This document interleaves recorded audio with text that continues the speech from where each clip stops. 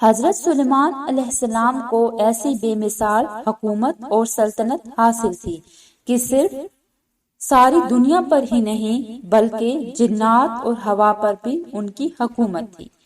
مگر ان سب سامانوں کے باوجود موت سے ان کو بھی نجات نہ تھی،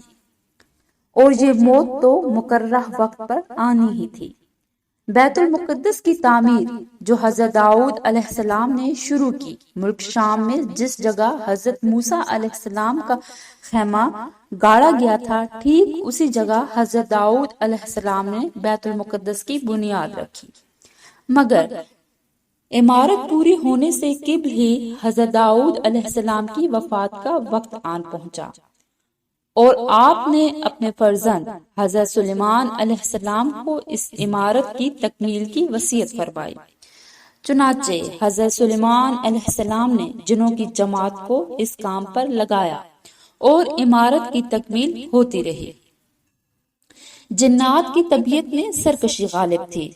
حضرت سلیمان علیہ السلام کے خوف سے جنات کام کرتے تھے۔ ان کی وفات کا جنات کو اگر علم ہو جاتا تو فوراً کام چھوڑ کر بیٹھ جاتے اور تعمیر رہ جاتی، اور جب حضرت سلیمان علیہ السلام کی وفات کا وقت آن پہنچا اور عمارت مکمل نہ ہو سکی تو آپ نے یہ دعا مانگی کہ اے الہی، میری موت جنوں کی جماعت پر ظاہر نہ ہونے پائے، تاکہ وہ برابر عمارت کی تکمیل میں مصروف رہیں اور ان سب کو علم غیب کا جو دعویٰ ہے وہ باطل ٹھہر جائے۔ یہ دعا مانگ کر آپ محراب میں داخل ہو گئے اور اپنی عادت کے مطابق اپنی لاٹھی ٹیک کر عبادت میں کھڑے ہو گئے، اور اسی حالت میں آپ کی وفات ہو گئی۔ مگر جن مزدور یہ سمجھ کر آپ زندہ کھڑے ہوئے ہیں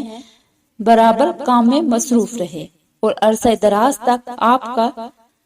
اس حالت میں رہنا جنوں کے گروہ کے لیے کچھ باعث حیرت اس لیے نہیں ہوا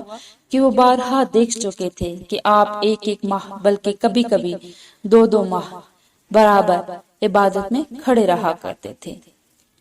یہاں تک کہ بحکم الہی دیمک نے آپ کے عصا کو کھا لیا اور عصا گر جانے کے آپ کا جسم مبارک زمین پر آ گرا۔ اس وقت جنوں کی جماعت اور تمام انسانوں کو پتہ چلا کہ آپ کی وفات ہو چکی ہے۔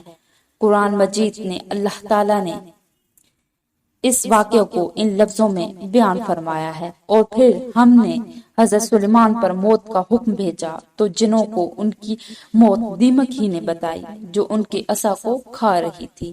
پھر جب حضرت سلیمان علیہ السلام زمین پر آ گرے تو جنوں کی حقیقت کھل گئی۔ اگر وہ غیب جانتے تو وہ اس ذلت کے عذاب میں اتنی دیر تک نہ پڑے رہتے۔